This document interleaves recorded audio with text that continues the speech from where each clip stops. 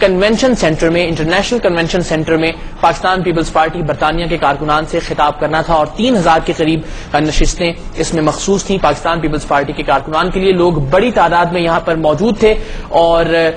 کوشش تھی کہ وہ صدر آصف علی زرداری کا استقبال کریں، اور کچھ لوگ استقبال صرف اس لیے کرنا چاہتے تھے کہ وہ اپنا احتجاج ریکارڈ کروانا چاہتے تھے ان کے دورے برطانیہ کے حوالے سے. جی بالکل، اسی حوالے سے اپنے ناظرین کو بتاتے چلیں کہ آج کنونشن سینٹر میں خطاب کرنے کے حوالے سے پاکستانی کمیونٹی کی ایک بڑی تعداد برمنگھم کنونشن سینٹر کے باہر موجود تھی، اور وہ اس بات پر احتجاج کر رہے تھے کہ صدر آصف علی زرداری ایسے وقت میں جبکہ پاکستان میں ان کی شدید اندر سے بھی کچھ خبریں موصول ہوئی کنونشن سینٹر کے اندر سے کہ بڑی تعداد میں چونکہ لوگ وہاں موجود تھے، وہاں پر اس وقت شدید ہنگامہ آرائی ہے اور افراتفری کا ماحول ہے صدر آصف علی زرداری پر جوتا اچھالے جانے کے بعد. اب اصل معلومات ہم کوشش کر رہے ہیں کہ اس حوالے سے حاصل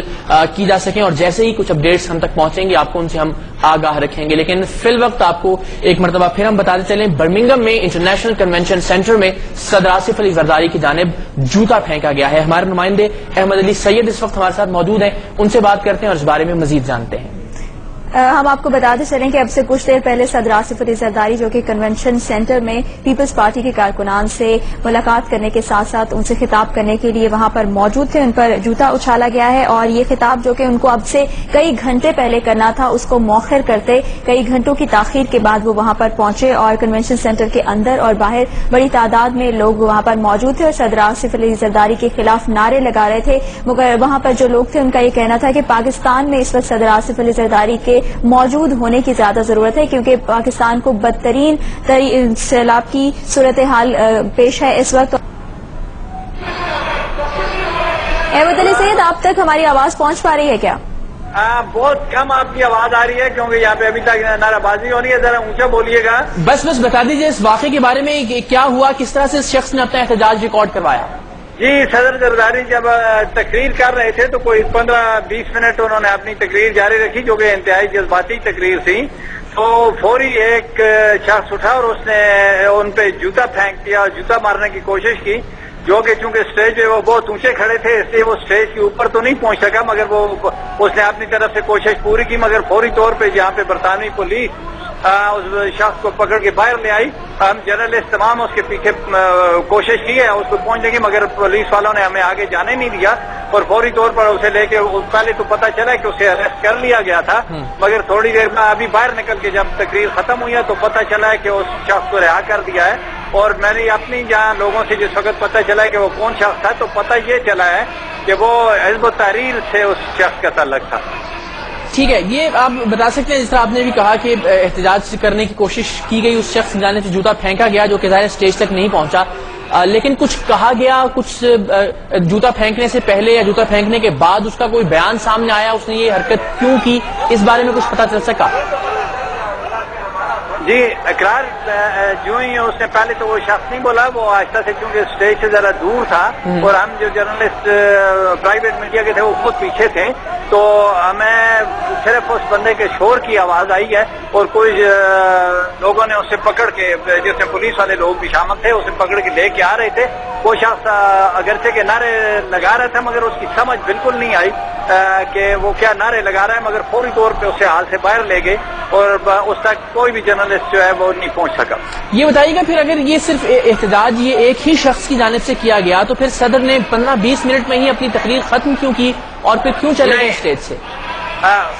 اصل میں اس کے اقرار اس کے احتجاج کے بعد جیسے میں نے آپ کو پہلے بتایا کہ اسے لے کے باہر آ گئے تھے پولیس والے، تو اس کے ساتھ کوئی ہارڈلی کوئی 5-6 اشخاص اور تھے جو کہ اس کے باہر نکلے، مگر بعض لوگ اس کے ساتھی کوئی بھی نہیں تھا.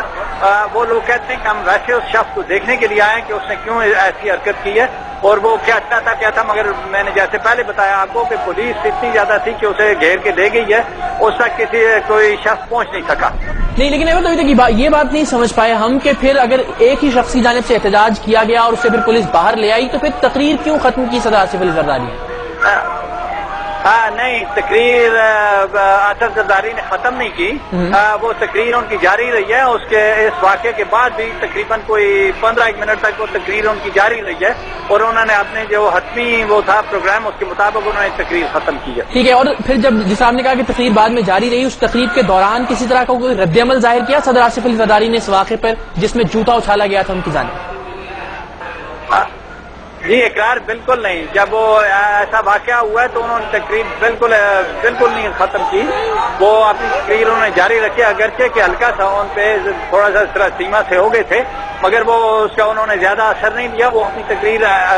جیسے پہلے جاری تھی جذباتی طور پہ کر رہے تھے، ویسے ہی انہوں نے تقریر آگے جاری رکھی. آپ نے بتایا 15-20 منٹ کا خاصا جوشیلا خطاب تھا صدر آصف علی زرداری کا، کچھ بنیادی نکات بتائیں گے آپ کے خطاب کے ہمیں؟ جی اقرار انہوں نے اپنی تقریر انتہائی جذباتی انداز میں شروع کی، جو کہ فیض صاحب اور منیر نیازی کے شعروں سے مزین تھی. اور انہوں نے پہلے تو اپنا یہ بتانے کی کوشش کی ہے کہ پیپلز پارٹی کی کتنی زیادہ کوششیں جمہوریت کے لیے، اور انہوں نے یہ بھٹو صاحب اور محترم بے نظیر بھٹو کے اور باقی شاہ نواز اور مرتضیٰ کے بارے میں بہت مدلل الفاظ میں یہ بتانے کی کوشش کی ہے کہ ان کی بہت زیادہ قربانیاں ہیں جمہوریت کے لیے اور خاص کر پیپلز پارٹی کے لیے. اور جس طرح ان پہ بہت ہی زیادہ اعتراض کیا جا رہا تھا یہاں آنے پہ، اس کا بھی انہوں نے اپنے طرف سے کوشش کی ہے جواب دینے کی. اور انہوں نے کہا کہ ہم نے یہاں پہ ہر جگہ سے، چاہے وہ دبئی گئے ہیں، فرانس گئے ہیں یا یہاں پہ آئے ہیں، تو انہوں نے کوشش کی ہے کہ ہم اپنے سیلاب کے لیے ہم ان لوگوں سے فنڈ لیں. اور پھر اس کے بعد ان کا یہ تھا کہ آج جو بلاول نے یہاں پہ فنڈ لانچ کیا ہے اس کا بھی بتایا انہوں نے، اور جس میں انہوں نے کہا کہ وہ سیلاب فنڈ کے لیے 1.5 گھنٹے میں 70,000 پاؤنڈ جمع ہو گئے تھے لندن میں. اسی طرح انہوں نے بتایا کہ بختاور نے بہت شکریہ احمد علی سید. آپ سے اس بارے میں ہم مزید اپڈیٹس بھی جانتے رہیں گے. ہمارے نمائندہ لندن ہمارے ساتھ موجود تھے اور ہمیں اس واقعے کے حوالے سے آگاہ